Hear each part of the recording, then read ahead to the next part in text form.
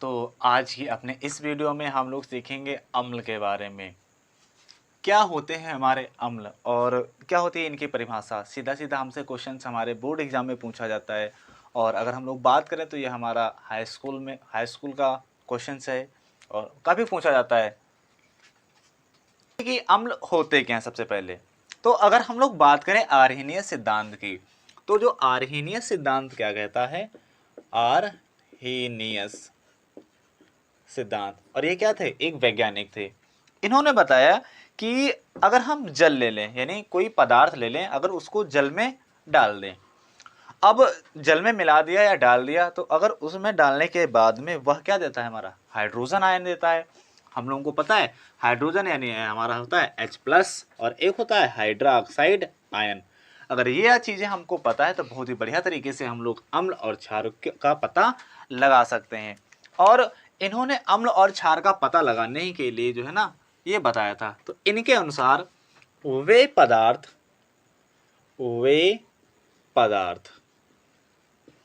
जिनको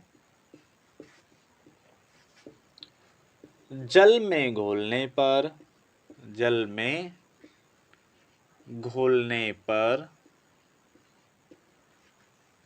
hydrogen ion, यहाँ पे लिख लेंगे हाइड्रोजन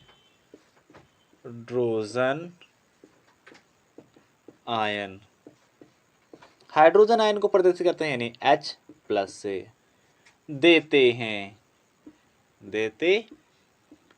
हैं अम्ल कहलाते हैं। तो ये है हमारी परिभाषा। सबसे पहले अम्ल की परिभाषा क्या होती है, तो आर्हेनियस के अनुसार वे पदार्थ जिनको जल में घोलने पर यहाँ पर छूट गया हमारा, हाइड्रोजन आयन देते हैं, अम्ल कहलाते हैं।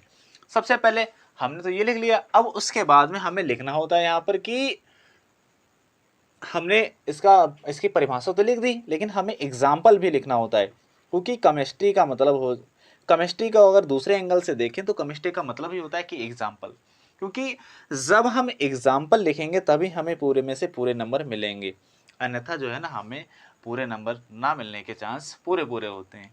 तो जैसे हमको पता है अम्ल होता है, तो अम्ल HCl ले लिया हमने। HCl क्या हमारा, यानी हाइड्रोक्लोरिक अम्ल है।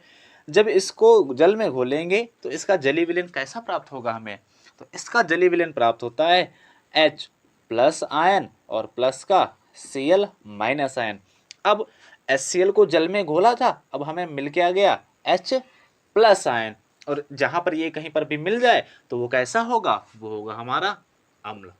ये हमारी परिभाषा थी अम्ल की, और उम्मीद करता हूँ कि जो है ना आपको समझ में आया होगा।